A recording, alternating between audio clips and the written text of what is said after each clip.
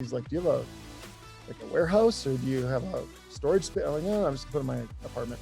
I couldn't live my life where every single minute was like trying to get rich. By the way, it's not fun to spend money on top of funnel because the ROAS there sucks.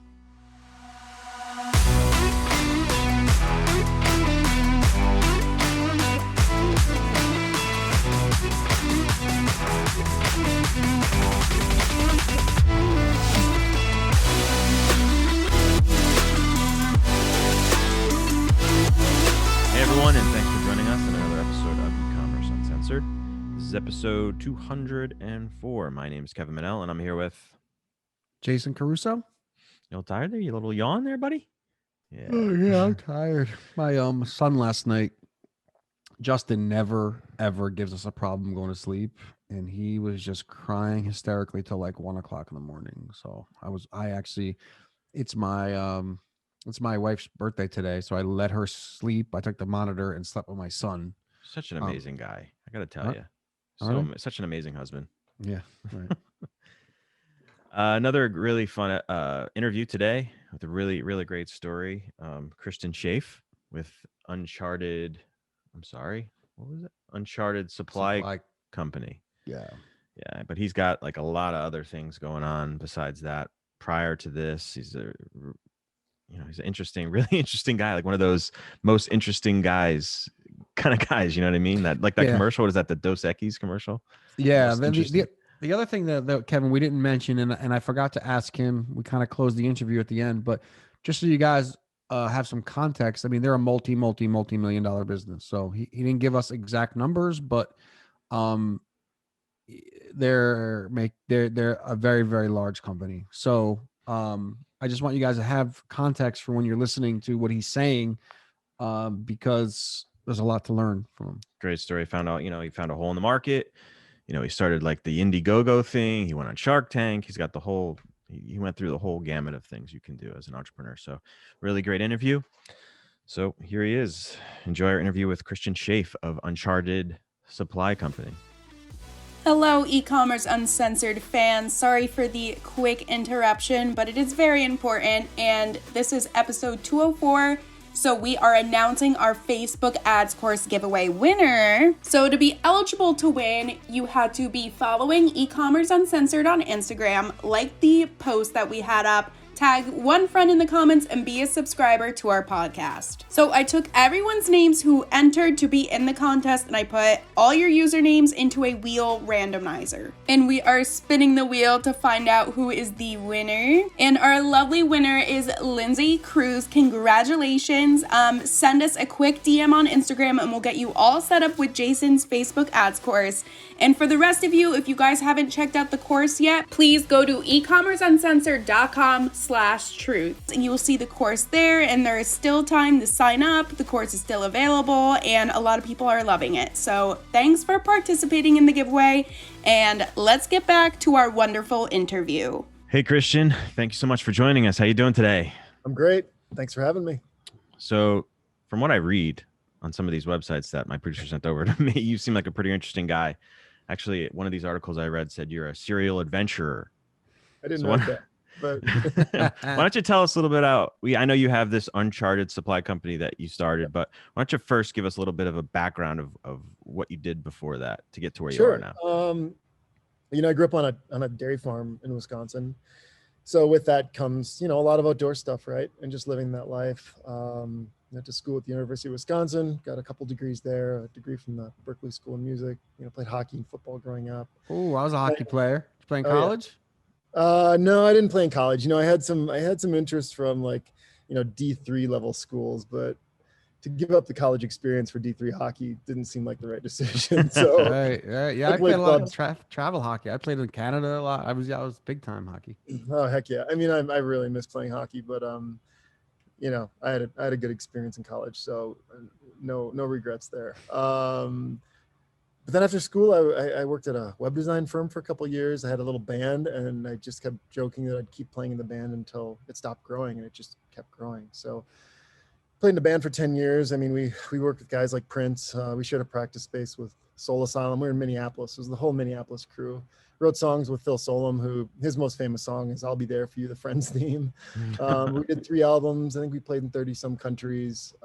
You know, did NASCAR national anthems, and we'd get flown to Cabo to, you know, play at Cabo Wabo and get paid a bunch of money. And then the next night it'd be 15 below in St. Paul, Minnesota, and 6 people would show up. So it was a strange existence.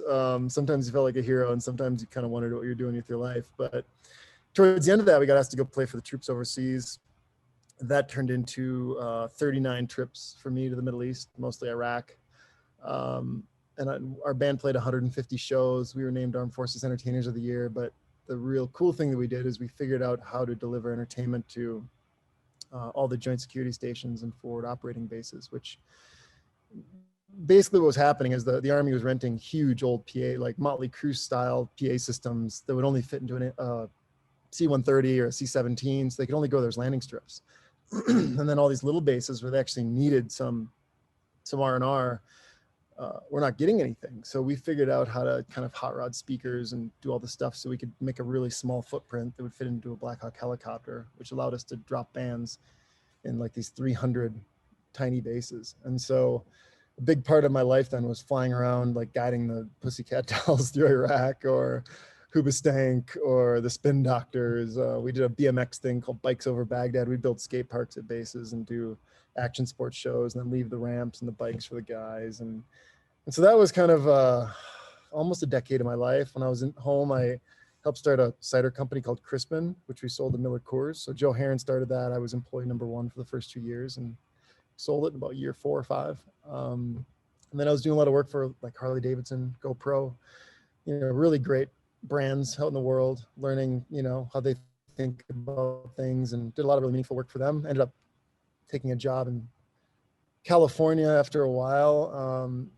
And Orange County, California felt really weird to me. I just was so used to the military and farm life and hunting and climbing. And, you know, I actually, the whole reason we started Uncharted is I was going to Colorado to go skiing one New Year's, and I was in my truck, and it snowed 2 inches in the mountains behind Orange County, and I sat for 8 hours because people were stuck and they just didn't know how to drive in 2 inches of snow. And I, you know, all my friends are like, "You got to get here. It's like 3 feet of snow in Steamboat. Where are you?" And I'm losing my mind because people can't drive in 2 inches of snow. And that's really what started Uncharted. I started diving into why people weren't prepared, why they couldn't navigate that, what the trends were. And so here we are today. So that's a little background on me, but yeah. Wow, that story that you just told been a made the wild last 15 years of my life seem like nothing. Like I did nothing. You know, it's funny. I look back at this stuff and I look at old pictures, and it feels like a movie I saw once. It just, you know, your life changes, and 6 months in, that old life doesn't even feel like it was yours. It just, it literally feels like a book you read or a movie you saw once. So I'm really thankful for those experiences. It's been crazy, but yeah, kind of dovetail perfectly into where I am today. So I have like a totally different perspective of people that grew up on a farm, because Kevin did too, and he's a weirdo. So I kind of thought maybe everybody was like that, but now at least I can change that. You know, I did want to be in a band at one point. I did buy a guitar once, and you had a business partner, and I drink alcohol by Miller Coors, so there's that. And well, the only reason I played guitar is I broke my ankle in football, and I was stir crazy. I didn't know what to do, so I just found a guitar and started teaching myself Beatles songs, like easy chords, you know. But no, us farmers, we're different for sure. I mean, you know, our family picture, we're all wearing full denim top to bottom, and we got a cow in the picture. And I didn't even realize that was weird until I got to college, and people were like, "Is this a joke picture?" And I'm like, "That's our Christmas card. What are you talking about?" Right. Well, you know, the funny thing is, though, I mean, you know, you see these big boy college football players, and where they come from? They come from the cornfields, right? Those are the guys. So, oh man, I grew up just tossing bales of hay. It was the worst summers of my life. I have a hernia scar from throwing hay bales when I was like 8 years old, that weighed more than I did, you know. Like it's no joke. That's crazy, man. And you know, it's so interesting because, you know, like, you know, we get these entrepreneurs on this podcast, and like these journeys you go through, right? Like to end up where you're at, it's like you would never have thought, right? Like you went here, you did this, you did that, you were back and forth. And you know, I look at the same thing with me, man. Like I couldn't keep a job, you know, like my family members are like, "Can you just get a job and keep it?" Like I didn't know I was an entrepreneur, you know? It's like Yeah, kind of yeah. like, so it's crazy to hear other stories. Now, Kevin's partner was, you know, we give this guy a lot of shit, but he was actually like, I don't know if you ever heard of White Tiger, but they were That's like much a older than you, probably. huge band, but they were huge. They were big. They toured with Twisted Sister and Johnny, what's his name? John Bon John Jovi. Bon Jovi. I mean, Oh, that guy. yeah, I forgot. I keep forgetting What's his name? Right. Yeah, what's his name? But he, like, his partner used to tell me, like, oh, Johnny, yeah, Johnny, yeah, okay, Johnny, you know Johnny. Amazing. Right. Super cool. Awesome, man. That's awesome. So That's cool. So you had this epiphany, like when you were stuck in the snow, and you had this idea to build this pack. Why don't you tell us a little bit about how? Because I know a lot of our listeners, as entrepreneurs, we have these ideas. How did you like take your idea from something that actually you could sell, basically? I know there's a lot of steps in between, but how did it start? What was your first couple things that you did? Well, I think first, you know, back to the entrepreneur's journey. I'm just so big on authenticity. Every brand I've ever worked with that was successful, at their core, they were just super authentic to what they were doing. And I think for me, I knew in my current job, I didn't want to stay there very long. I didn't like it. It didn't feel like that's where I wanted to, you know, invest my life. And so I was trying to figure out what I wanted to do. And one of my rules was I have to do something that I love. You know, my grandpa always said, find a job you love and you never have to work a day in your life. And so, you know, that's always kind of ringing in the back of my head. And you know, if you're like, hey man, here's a credit card and here's a week, what are you going to do? I'm not going to a big city. I'm going out to do some kind of hard adventure. You know, I invest my money in going to Alaska on a hunt where the plane drops us off and picks you up in 10 days. So, you know, I think it's just really important to do something that you are obsessed with and something you do anyways. And so, you know, I'm sitting there in the car and I'm going skiing. I love gear, you know, I'm that guy. And I start looking around and I'm like, why don't people have the right gear for this? Like, what's holding them back? Like, is it education? Is it not the right product? So I came back from my trip, and living in Southern California for the first time in my life, it was all about earthquakes, right? So what happens if you have an earthquake? You have an earthquake kit.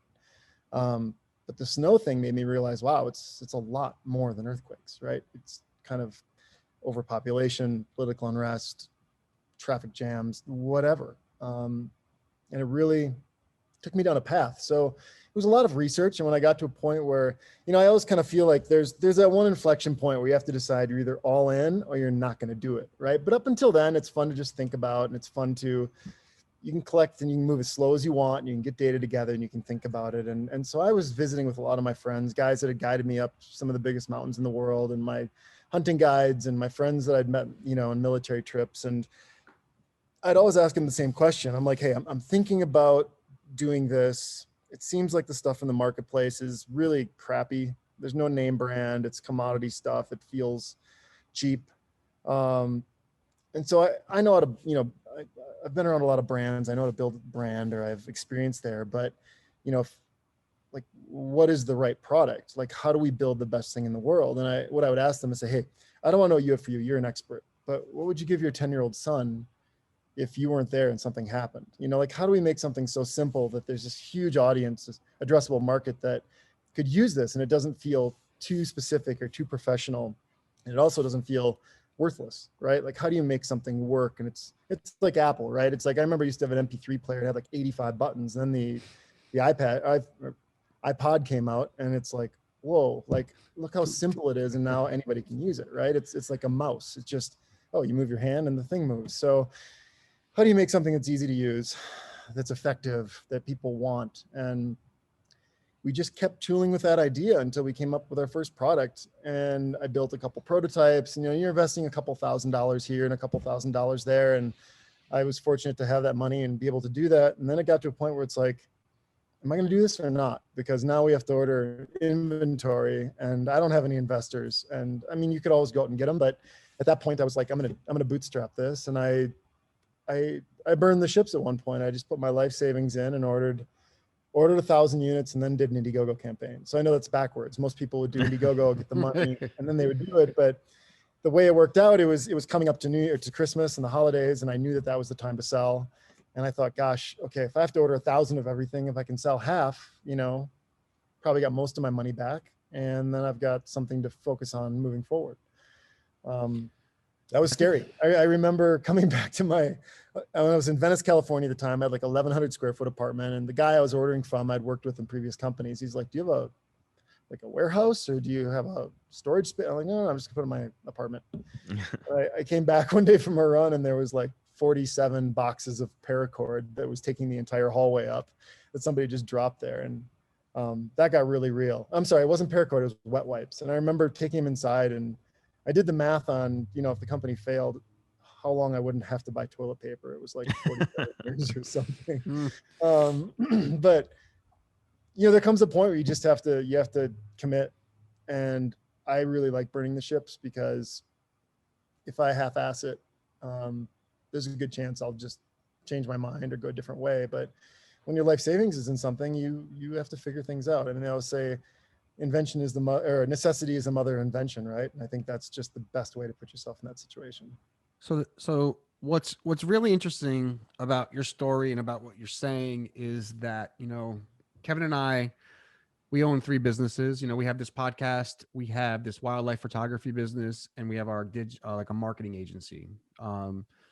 And we've always felt like it was hard for us to be passionate about any one of those things to a point where we're obsessed, because it's not like I'm a wildlife photographer, like I'm a marketer, right? Like it's like the agency, we're selling other people's products, and the podcast, like this is cool, but it's like, you don't really know who's listening, because it's like the radio, only it's not live, so they can't call you. It's very difficult to know like who we're talking to, and obviously by now we've been doing it for 4 years, but we just invested in a golf simulator for our office that we just installed, because I was a former PGA teaching professional.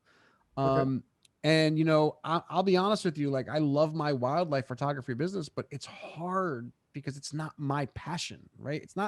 It's very difficult to do what you're saying. And I think you're right. I think it's so important to be obsessed with what you're doing, even if you weren't doing it, So I think that's a really but big on the lesson. contrary, if you're, we've all got those guys who are just idea guys, right? And they just spit ideas, and they look at something and they're like, why isn't it this way? I mean, if you want to have a marketing agency and you're one of those people that just loves to think about things, it doesn't have to be just wildlife photography, right? It could be, you just love thinking, I hate to say thinking outside the box, but you might, I have friends like that, right? It's just, they just see everything in a different lens. And I love to have their ideas no matter what I'm doing. And that's somebody that could just go from project to project to project, and maybe that's their obsession. So it is really understanding who you are and where your skills are, and what comes really fluid. Like if you put a spreadsheet in front of me, like I am not a CFO guy at all, right? And thank God for ours, because my brain doesn't work that way. But we get into investor meetings and talk about brand and marketing. It's so fluent for me.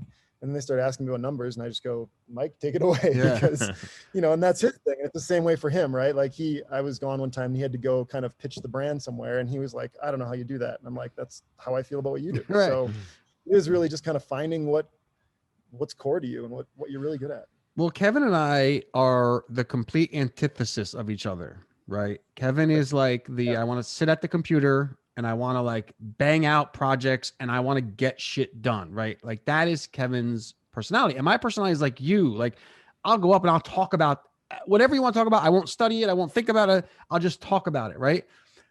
But Kevin and I had this, and this is why I'm bringing this up, because I think a lot of people go through this, right? Kevin and I are just figuring this out. And it's important. It's like we banged heads because he was trying to make me like him and I was trying to make him like me. Right. And it wasn't until we started saying like, look, dude, like do what you're really good at. And let me do what I'm really good at. I'm not really good at getting shit done. I'm really good at like figuring out the marketing side. I'm really good at like coming up with the ideas. Like I'm really good at like, why don't we try this? Why don't we try that? He's like the execution guy. But it wasn't until we figured that out that our businesses really started to explode. Right. And I think it's really important. I think that's one thing that would COVID you helped rather us have do two too. amazing quarterbacks or a quarterback and a wide receiver? You know what I mean? Like I would always take somebody that's very different than me, but as obsessed and wants the same goals. You know, I think that's a perfect fit, and kind of hard to find sometimes, but if you find it, that's amazing. And that's kind of what we're figuring out, you know. It's a little stressful, I think, on Kevin because he's the guy who has to make sure it all gets done, and I'm the guy who's just like, you know, like flying by the seat of my pants. But yeah, I'll be trying to figure out how to do the last thing he talked about, and he'll be coming up with this other thing. And be like, something new, like, I haven't done this thing totally. yet. Like, right, so, and I think that you know, it's so important to have a story, and this goes back to kind of what Jason was saying about, like, the wildlife photography thing is great and we love it, but we don't necessarily personally have that story behind it that we can tell on a regular basis. Our partner does. He's the guy behind the brand, and you have that kind of story. Now, do you work that story into your marketing a lot? I feel like people can really attach themselves to that story. But wait, before you get into that, can you talk to us about your marketing? Because I think that's really important, because we talked before, you were on Shark Tank, and a lot of people use Shark Tank as like a one-dimensional type marketing plan that they try to ride forever. And Mark Cuban will be the first one to tell you that, like, you know, attention is only like temporary. Right. So can you, before you answer Kevin's questions, I think it's a really good question. Can you tell us like what your marketing looks like? And then you can kind of talk to us like how you use your story in that marketing. What it looks like from a channel perspective or a message perspective, or yeah, how do you get your message out there? I know we'll probably talk a little bit about like level, like where you're at, but how do you get your message out there? Yeah, I guess that's what I want to know. Well, I think the first thing is, when I looked at the current marketplace, and I talked to a few people that had large, you know, emergency goods companies that had tried to build these kits, and they said, you're wasting your time, they don't sell. As I dug Until you throw Yeti in there, then they start selling. Yeah, well, I mean, that helped. That was a good collaboration for us. But, you know, when I looked at the product, my first thought was, I wouldn't buy that either. It's uninspired. It's boring. You haven't really sold me on, you know, like any product. Nike isn't about a shoe, right? It's about being an athlete, and it's about performance, and it's about winning, and just do it, and the whole thing, right? So these guys were like, here's a kit with 80 things in it. Right? Right. So when we did it, I showed my photographer when we first got the samples. You know the iPhone videos where they go along the corner of the iPhone, and you can just see the tolerances and the materials, right? And then you see a Nike campaign where the shoe looks like it's in motion. Like, we need to shoot our stuff this, and the message is not going to be fear. This isn't going to be John Goodman, 10 Cloverfield Lane, like, you know, you're some weirdo that's just waiting for aliens to attack, and then you can go in your bunker for the rest of your life. Like, that's not the message. The message is, you know, it's hero speak. It's be, you know, we always say we make products designed to make you the hero of your own story, right? So who doesn't want to be a hero? And I'm not trying to take too much from GoPro per se, you know, there be a hero, but the idea is be the friend that can save the day, be the super dad, be the super mom, be, you know, and that messaging first of all, you can shotgun advertising all over the world and people won't respond. You have to have the right message that draws people in. So I think the first thing is your story, your authenticity. And then from there, you have to figure out where those people are. You know, where's the low hanging fruit of people that go, I'm in on that. That's who I am. You know, I'm going to buy this product. So first, I think it's messaging, it's photography. I mean, when we started, we were just doing online advertising, right? So right before Shark Tank, we started spending what to me felt like a ton of money on Facebook, Instagram, whatever else. But if you look at those platforms, you have one image and you probably have a sentence or two, and that's it. And how do you quantify a bag full of like 60 things and organization and all the ideas around it in one picture? And so that just takes a lot of testing, right? And then you look at, okay, you start talking about who's the audience, and you know, you place ads. That's the beauty of Facebook advertising, right? Is you can go, okay, I'm not saying this is what we did, but we want to talk to ex-military, or we want to talk to moms in urban areas, or we want to talk to retired people in the Midwest. Like, whoever it is, you can segment those out, test it. Okay, that didn't work. Let's try this. Okay, that worked. Let's put some more money here. And it's a science. I'm personally not good at it. We have a team that does that, but But when you're doing a e-commerce business and you're starting out, that's one of the most effective tools to scale, I think, and to understand who's responding to your brand and how it's resonating. So I don't know if I answered that question exactly right, but I think that, I think it comes down to messaging and getting that message in front of the right people for sure. Now, did I mean, you? Oh, sorry. Go. No, I totally got that feel. I watched, I started consuming some of your content this morning before we got on, so I learned more about you. And I had that feeling from your videos. Like, even like, I'm sure you have like an adventure audience and a guy who hikes or a guy who is like you. But for a guy like me, I saw some of your videos. I'm like, wow, that's just a cool thing, like, to just have in the back of my car. Like, I just want that. And I want to be the guy who, like, hey, don't worry, we're stuck in the middle of nowhere, I got this. Right. I mean, it's the same reason people wear Patagonia jackets in Manhattan, right? Like, they were definitely not designed to walk, walk around Central Park, but it's aspirational. And you can take that too far and just be like, well, I'm not doing that. But I don't think there's many people who don't love the idea of being capable. And, there's a reason TV shows like Bear Grylls and MacGyver and whatever are so popular, because people are interested in being competent and they like being the hero. And if you can provide them with something that helps them become that, I think that's powerful.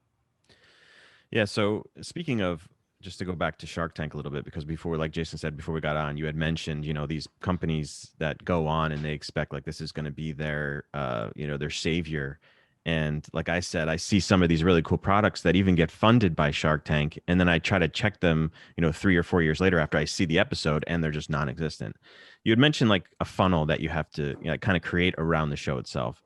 Can you kind of just talk to us a little bit about that? Because I feel like people like that. Entrepreneurs like us, we love that show. I love watching it. Even like that other show, The Profit, I love that show too. But can you tell us a little bit about the process that you went through to make sure Shark Tank was successful? Yeah, well, I mean, first of all, to address what you'd said earlier there, I do think starting a business, those TV shows like 24 or, where it's like you watch an episode and they kill the bad guy and they're like having coffee, and all of a sudden they look out the window and the next thing's coming down the road, right? And then it's a cliffhanger till next season. That's the way business feels to me all the time. It's like, Q4 is coming. Holy cow. Like, oh my gosh, we had a great Q4. It's like, you have Christmas, you open up your email, and it's like, now what do we do? It's Q1. Nobody wants to buy anything. Nobody wants to buy anything. Yeah. Harder, right? So, to that point, I kind of think of Shark Tank as that. I use analogies a lot, but to me, I think a lot of people that go on Shark Tank, it's like this big wave on the horizon. I lived in SoCal for a while. We go surfing and you paddle out and you catch this wave and you get ready to ride it, right? And you ride it all the way in, and then you end up on shore, and people don't think about the fact that they have to pedal back out to catch another one, or the story ends, right? So there's just, Shark Tank to me, I would say, I hope it's a chapter and not our whole story, and I think we've moved past that now. But that was something where we had set some records on Indiegogo. We had a contact with the casting director at Shark Tank. Got a call with her, and she basically just said, hey, send in a submission tape like everyone else, but I promise if you send it in, I'll watch it. And so we, Mike Escamilla, who was on the show with, he's a super creative guy. He kind of concepted the whole video, and I should send it to you guys. It's hilarious. It's hidden somewhere, but I can send you a link. But we built this whole here's who we are kind of video, and it got their attention. And then it was like 6 rounds of paperwork and background checks, and they wanted to know every single detail on who we were, on our company. They wanted us to do, to pretend we were on Shark Tank in my basement and come out and say, hey, Sharks, my name's Christian, this is Mike, and blah, blah, blah. And we'd send it in. They're like, that was good. Can you give us more energy and do this, And then they said, okay, we're going to fly you out. And they said, oh, actually, wait, we're not going to fly you out. And then, okay, now we're going to have you come out to this one. And I even once we were in California, I remember we were sitting there, we were supposed to air on Sunday. It was Friday. I get a text, oh, you're going tomorrow. Okay. Well, it makes you a little nervous, right? Now your timeline, it's like moving the Super Bowl up a day. It's like, holy cow, like, are we ready? I thought we had 2 days. We get everything together. We get up at like 4 a.m. We get there, we get hair and makeup at 8. you're gonna be in the green room at like 11, and then you'll probably go on 11:30. At 1 o'clock, they're like, hey, we don't know if you're gonna go. At 1:15, they're like, oh, get in the green room quick. You're next.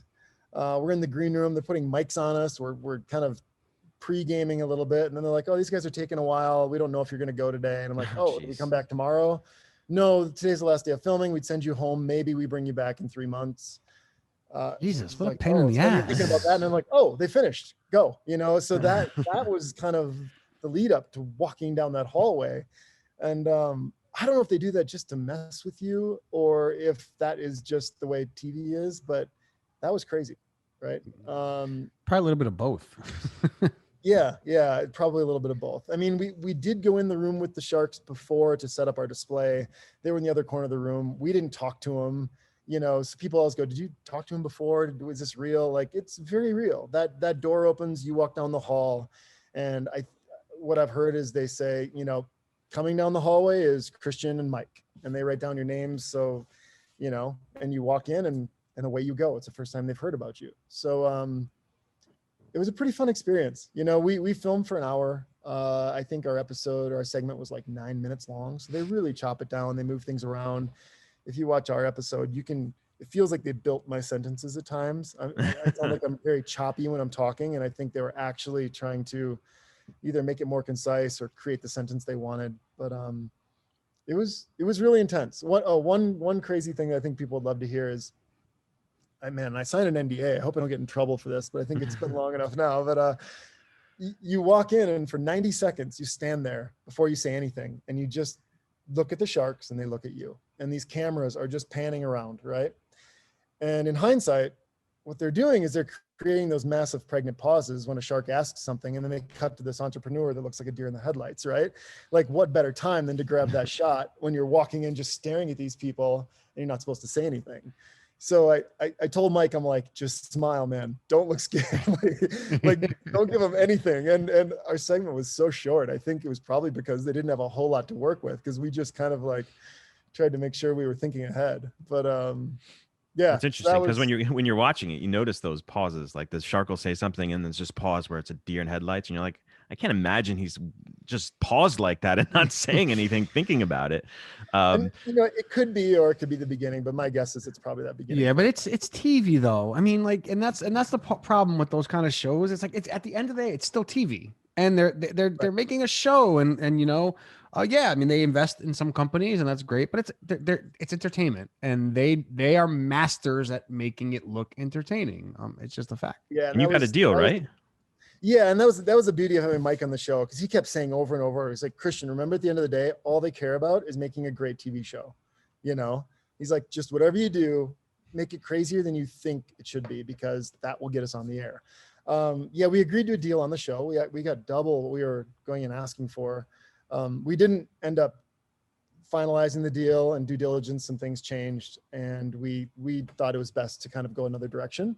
But yeah, we did do a deal on the show, and that was the night it aired, like my phone was about melted from just Shopify notifications coming in. I mean, it was so fun. I'd hit East Coast and then Central and then Mountain, and every time it aired, it just spin. So, and then even to this day, I'll be on a treadmill, watching TV, and all of a sudden orders will just start kind of going in, and I'll like a repeat back, and there's a rerun. Yeah, so it's pretty cool. It's pretty cool. That is awesome. Now, how do you so you are doing Facebook ads, you are doing Instagram stuff. I'm sure you're doing some YouTube stuff. Kevin and I are huge on email, and you mentioned Q1. Nobody wants to buy anything.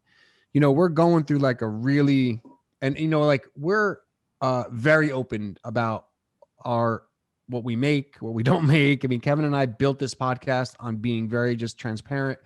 And we told everybody how great our business was. We were doing 2 million the first year, but things are slowing down for us. We don't know if it's COVID. We don't know if it's Q1. We're only a year old, so it's hard for us to tell. Are you finding, Kevin and I, what we've done is we used to try to make a lot of sales on the front end. Like we would try to sell. We're finding, and I'm asking you this because I'm asking for me, and I'm sure other people want to hear this too. Are you finding that you have to change your strategy here in 2021? Because we went from trying to sell on the front end. Now all we're doing is like collecting emails and then selling on the back end. So what does that strategy look for like for you guys in 2021? And are you seeing something similar in the marketplace that we are? Well, I'd say that we're really lucky, because if there was ever a time to be in an emergency gear, right now, it's now. Right. It's been going crazy on us. That said, we're 4 years old. I've had other Q1s where COVID wasn't in the vernacular. So we have always focused on different points of the funnel, top of funnel, mid funnel, lower funnel. Like our email was up 800% this year over last year in revenue. We have her name's Olivia. We have an amazing email marketer that just finally our funnel is working. It's talking to people at the right times. We're building all the right triggers. And, we have ads that are designed just to introduce people to the brand and not really push hard on a sell. And then we have ads that are like, these people have something in their shopping cart, but they haven't put their credit card in yet. And, does 5% off get them across the finish line, right? You've already invested all this in getting them that close.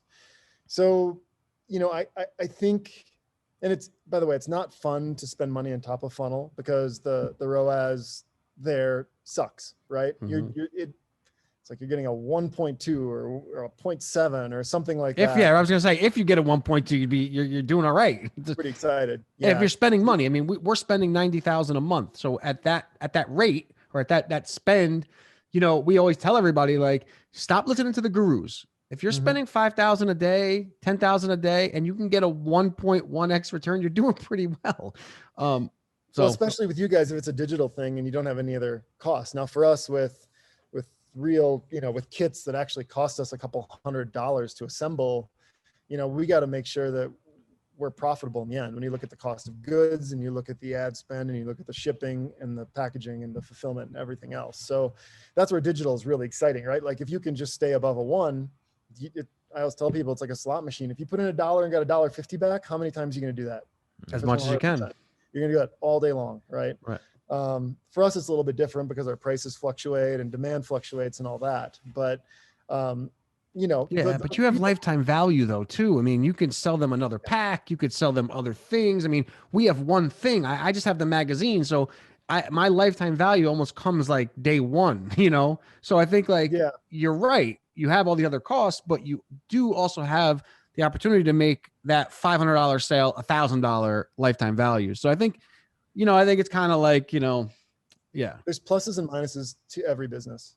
For us, people go, well, where's your subscription model? Because it looks like you buy one of these kits and it's good until you use it. And then maybe you buy another one, but how often do people use it? And so, we've done a lot of work the last couple of years solving on, reoccurring purchases from customers, and how do we get people to keep coming back and repeating purchases? So that is a challenge for us, and it's kind of different for everybody, right? There's not like one gold standard. You just have to figure out what works for what you're making. Exactly. Now, speaking of COVID, did you change your messaging a little bit to revolve? Because I know you talked about the earthquakes and the natural disasters and stuff, but did you change your messaging a little bit to kind of instill that into people as you were putting your messaging out, that all these things could happen? I mean, I don't want to say fear, but essentially part of it is when it comes to those kinds of things. I mean, there was a massive run on N95 and KN95 air masks. You guys remember at one point, right? Mm-hmm. You just couldn't find them. I didn't want to be a company that's like, oh, hey, by the way, we've got them, and now, our costs went up, so your cost, that looks predatory, right? Mm-hmm. But what was really great was to email all of our customers and say, hey, congratulations, you bought that 72 last year. There's 2 N95s in there with extra filters. Like, it pays to be prepared. Congrats on making a decision when you did, right? So for us, it was more about preaching preparedness. Our message really didn't change much, except there may have been 5% of "I told you so" in there, and make sure this doesn't happen again, right? So, we tell people, hey, like, how can I explain this? So my friend Cassidy started Trigger Point. So that's that foam roller company, you know, they're kind of hollow orange, the foam rollers. He called me when I started Uncharted. He goes, "Hey, we're in the same business." And I'm like, "What do you mean?" He said, we're in the prevention business." He's like, "People buy my product because they don't want to get injured." And he's like, "That's a really hard thing to convince people of. You have to really think about what's going to get them to spend money for something that hasn't happened yet." Right. And I think for us, that has been something we work against all the time. When COVID hit, everybody goes, "I need this now." And you know how supply chains were, like we sold out really fast, and we're a small company. And then we were months and months away from getting anything else in that we could ship to customers. So, you know, our messaging at that point becomes, "Hey, you know, we'll give you 15% off, get in line." We don't know what the future holds, but we do know that our message has been consistent for 4 years. It's that anything can happen at any point, and once it happens, it's too late if you're not prepared. And so that's kind of been our new, a big part of our new messaging. And I would say it was like we were speaking a language that not a lot of people understood, and now a lot of people really understand because they were without what they needed, and they're going, "Gosh, what do you have again? I think I need that because I don't want to feel that way ever again." Yeah, that's cool. I mean, and I think that you know, what I like about that is that there are ethical ways to take advantage of things that are happening, you know, Totally. and I don't, to me, I don't think that's like such a bad thing because at the end of the day, you're still helping them. It's not like you're convincing them to get this because you're trying to be like, you know, you're trying to, you know, make some money, which you are, but you know, the core of business is an even exchange, right? Like you're going to make some money. And then like on the other end, if something happens, they're going to be prepared. So, you know, I think it is your moral and ethical obligation to find a way to get it in their hands, especially when stuff like this happens. So, well, Jason, when I was going to Iraq, I don't mean to overstate this, but we were putting our life on the line to try to put smiles on troops' faces. I mean, I've been knocked over by car bombs. We've had missiles, you know, buzz our planes. We've had sniper fire. We've had all that stuff. And I'm not saying I'm a troop. I completely respect those guys, but I always say we weren't cowboys, but we were rodeo clowns. Like we were kind of in there right. doing our thing. And there's a certain sense of fulfillment when you wake up in the morning and you know you're like making lives better, right? And you feel like you're making a difference. It's very different for me versus I'm going here to do this thing so I get paid. So when I was starting a new company, I wanted to have both things. I'm not Mother Teresa. That's not my goal, is to just be of like, I like helicopter ski trips. I love, you know, Costs money. Yeah. And it costs money. Right. So I wanted to build the life that I wanted, but at the same time, I didn't want to be a dude that just made a bunch of money to make a bunch of money so I could have a great life. Like I wanted to leave a legacy.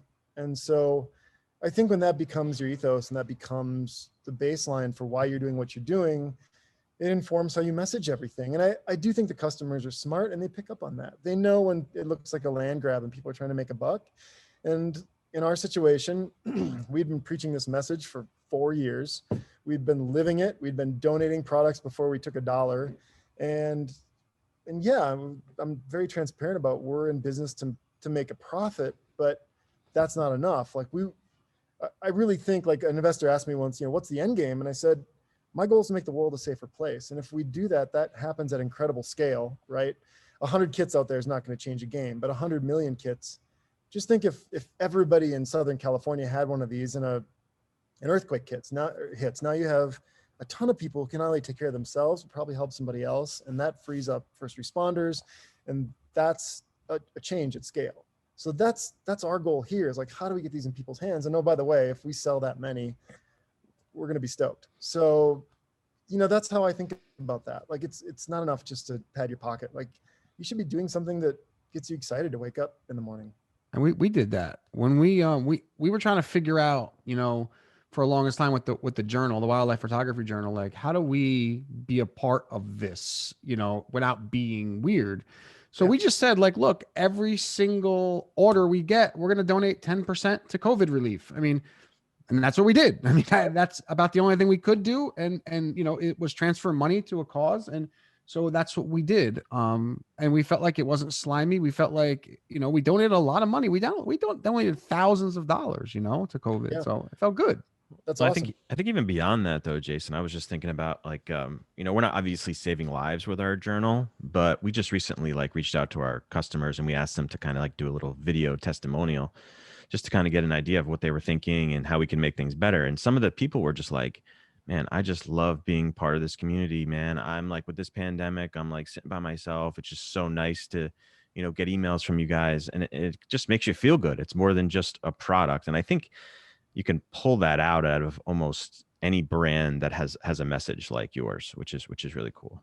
Yeah, no, and you feel better waking up in the morning too. I mean, I'm not trying to be critical of guys on Wall Street, but that's got to feel a little hollow. Right? Right. I mean, Well, if you see the personality of those guys, they care just about money, and that's the fulfillment for them, is getting as rich as they can get. And some people like that, and some people just aren't built like that, Yeah, So I mean, yeah. I mean, I've been lucky enough to grow up around a lot of like self-made, wealthy guys, and like a friend of mine, he's worth like 50 or 60 million, and he's self-made, right? And I say to him, like, when are you gonna stop, man? Like, really, like, isn't enough? Like, go enjoy yourself. He's like, no, this is a game to me. I'm trying to win this game, And so I just think like everybody's built differently, you know what I mean? And that's the only way I can kind of make any sense of it, because like I couldn't live my life where every single minute was like trying to like get rich. But I just think it's like some people's personalities. Like the guy's worth 60 million, he doesn't have to work ever another day in his life, and he works more than anybody I know. It's like, all right, man, like he's like a contractor, or something, whatever the hell he does. It takes all types. I mean, I remember when I lived in Minneapolis, there was this gas station right by my house, and this one lady was there every day, and she was the happiest, most cheerful, helpful.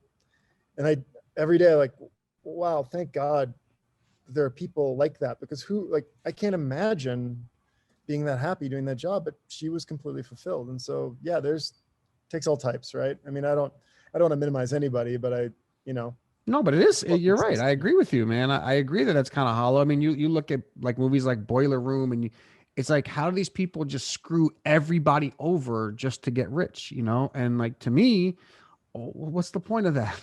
Like, I don't know. So I agree with you. I'm with you. Yeah. So that's awesome. Like I get really interested in like the nuts and bolts of how like companies like yours, how you guys, like how do you, like, what kind of marketing channels you use? So I know we spoke about that, but I'm like interested in like what do you think got you from like where we are, right? We're a $2 million business to like the next level. And I'm asking this selfishly because this is what we're struggling with, right? Like I've never had a multi-million-dollar business of my own. We've always like been around the $1 million, maybe just like a little bit less. And it's like, now we got this like $2 million business, and we're like, oh shit, how do we go to like 4 million? And I'm sure there's other people listening that kind of feel the same way. Is there like a thing? And I know you mentioned like photography. I know you mentioned messaging, and I'm assuming you're probably going to give most of the credit to that, but is there like something else maybe that I'm missing that we can do for ourselves and maybe the listeners as well? Well, the first thing that comes to mind, and maybe if I had more time to think about this, I'd have a different response, but is just the product itself and the need and the addressable market. I think Amazon changed the game. You go to Amazon, there's 1,000 reviews from people that have the product, and you can't snow people over, right? You can't just build something that looks cool in a photo and then you get it and you're bummed. If you want to build a long-term business, it has to be something that exceeds your expectations. I mean, you think about Patagonia or Yeti or, there's a ton of brands like that, right? Where you get one of these things and coffee stays hot for like 3 days. If I close the top, it'll be hot tomorrow. Right. And there's a lot of joy in that. And you're going to buy another one, right? You're not going to look elsewhere. Got 3 of them, $30 friggin' dollars or whatever the hell they are. I know, it's crazy, but buy once, cry once, right? Like you'll spend more money for that because you know it works and you trust it. And I just think there's so much to be said for that. There's so much to be said for, having your company ethos be the same. Like somebody has a problem with one of our products, we have a real person that sits in this office that will answer your question and make sure you're taken care of. I read something once where it said, treat every customer like it's your mom calling. And that's what I've tried to instill here. It's like, take care of the person, do what's right. And we're not trying to cut corners. And that is expensive when you're starting, and it's hard because margins are small and you're not selling a lot and your profit's tiny. But if you're really looking downrange and you want this to be something that grows, those things are really critical. You know, you want a product that works, that's super high quality. You want a company that stands behind it, and you want a product that people need and understand and can use. I always tell people, my belief is every time one of our survival kits leaves this place, we've created an ambassador, because our reviews are generally extremely positive, and anybody that's willing to spend $500, $600, $700 on a kit is probably going to tell their friends and be like, here's why I bought it. It's awesome. You should do the same thing. And for me, that's way better than a Facebook ad, right? Like then they see the Facebook ad and they go, oh geez, well, he loved it. I should probably get one of these. So to me, that's first, right? That's like really critical is the right product. You know, I have friends that have started businesses and had a product idea, and when you look at the addressable market, it seems really small. And if you're going to go the direct to consumer route, you have to think funnel, and this can't be 1,000 people. This has to be 1 billion people, because if you're going to get down to how many you're going to sell to every day, you want that to be as big as possible, right? So there's just a lot that goes into it. I don't think it's one thing. I think it's a recipe of doing a lot of things right. Again, I said I'm an analogy guy, right? Like I always tell people, business feels like you've got this airplane built and you're going down the runway and it won't take off. And it's like, you keep adjusting little things 1 degree and all of a sudden it all comes together and the thing just goes. But it's not one piece that you put in there. It's accumulation of everything working right. So, yeah, and that's what we said. Like it's a pie, and like not one thing is going to like, you know, make that pie kind of complete, but all of them together exactly do. Yeah. You know, but the thing about our business that's really tricky is that we do have one of the best wildlife photographers on the planet. He worked for BBC and National Geographic, and he's a biologist, so he knows like about animals and their behavior and what they do. And the journal, like our journal, is like second to none. I mean, and I'm not saying that because it's ours, but I mean, it is the best on the market. But I think you're right. Like we have like probably 25 million people in the audience. And that's, you know, not 1 billion people, you know what I mean? So I think that's where we're kind of like struggling, right? Because we have this like niche product and we don't we have like this finite audience. So I think that's might be some of our problems. Well, in your situation, maybe you take your platform and then you have, you know, what do they call it? Cabin porn, right? You have cabin architecture, or you have modern homes, or you have automotive. I mean, if that's one demographic, how hard is it to clone that for other audiences, right? Because a person that's into classic cars may not be into wildlife, but 90% of what you're doing is probably identical. It's just a different recipe or a different flavor, right? So if I was you, that's how I would think about it. If you're looking to scale, is it's like, okay, this worked really well here. Let's take all those learnings. And now what audience is out there, what segment of the population that is willing to spend money to look at photos of modern architecture or whatever it is, you know?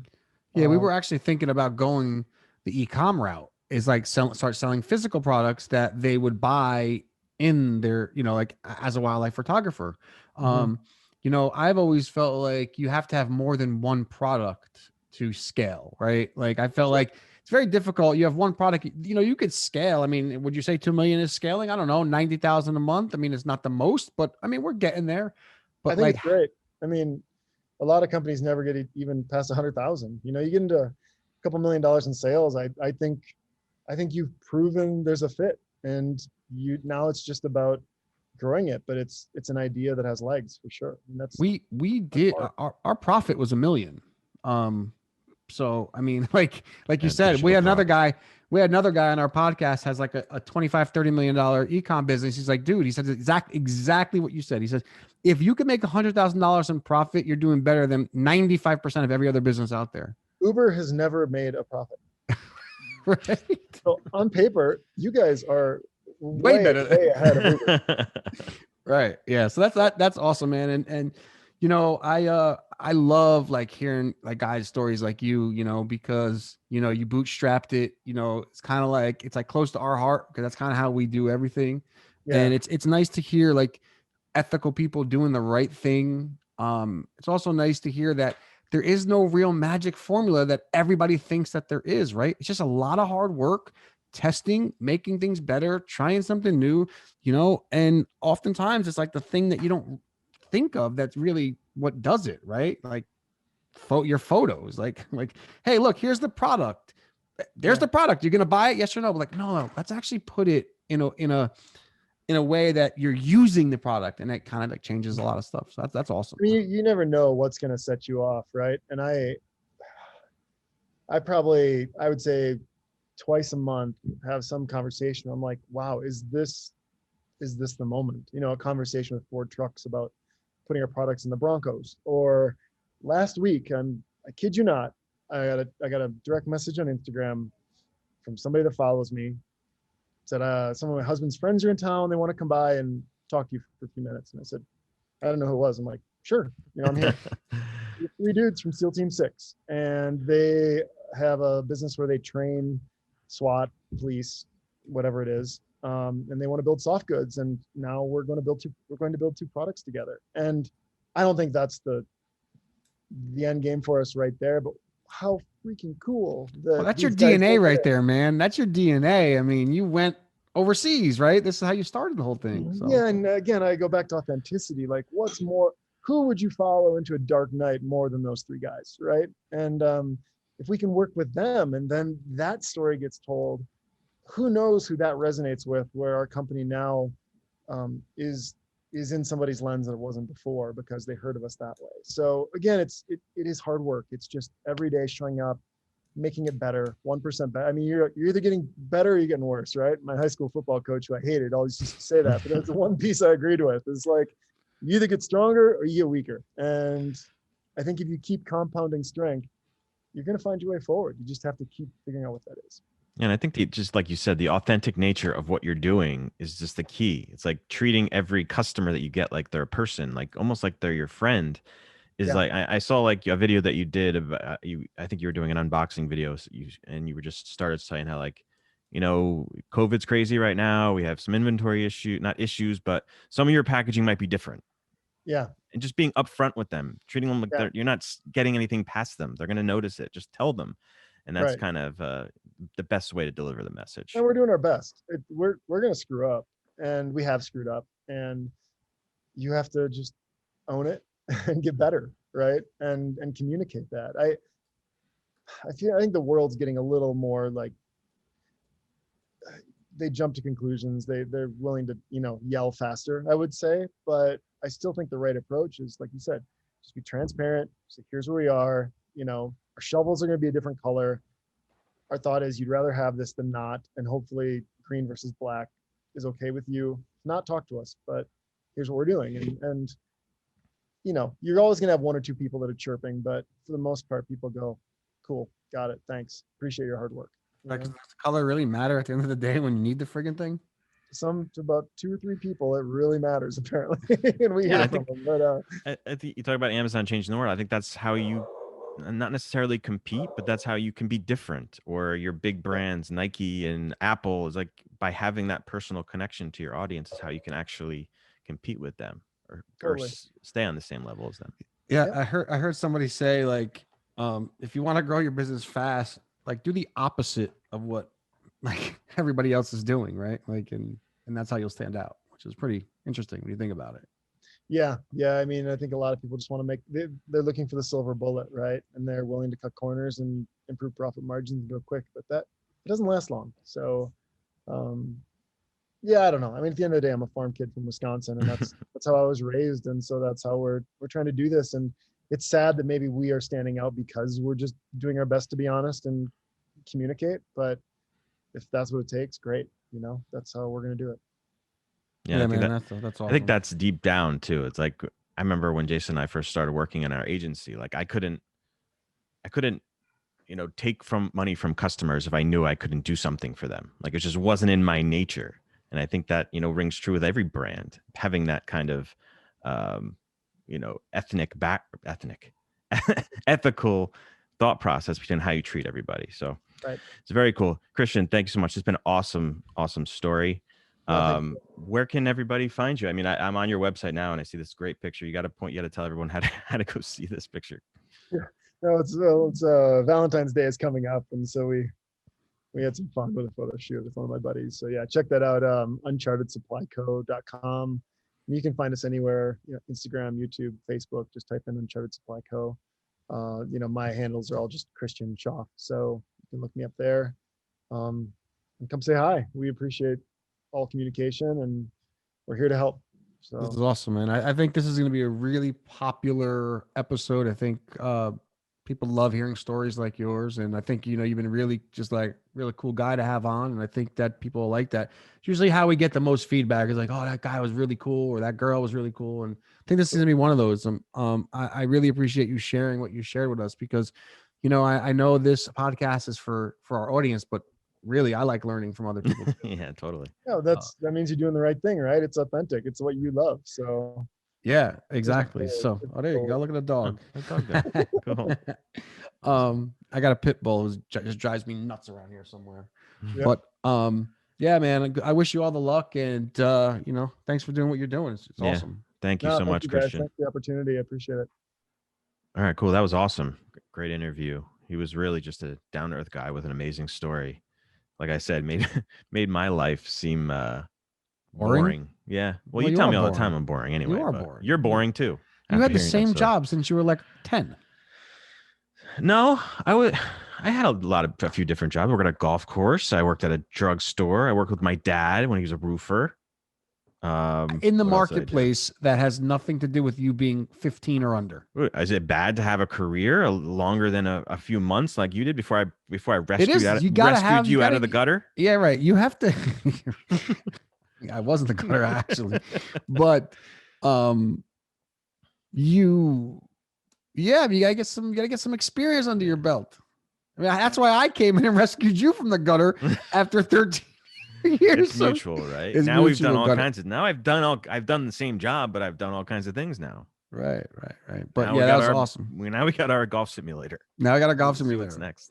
Right, which was a lot of fun, by the way. Which was really it was cool. a lot of fun. I just love our space. It's like a loungy space now. I know. Now everybody is telling me they're trying to set up hey, why don't we go next week? You guys good? on the weekend? I'm like, Chris. I mean, so yeah, we're gonna have to post some because we've been talking about it. We're gonna have to post some pictures on our EU Instagram so that people can see what we got going on because it's fun.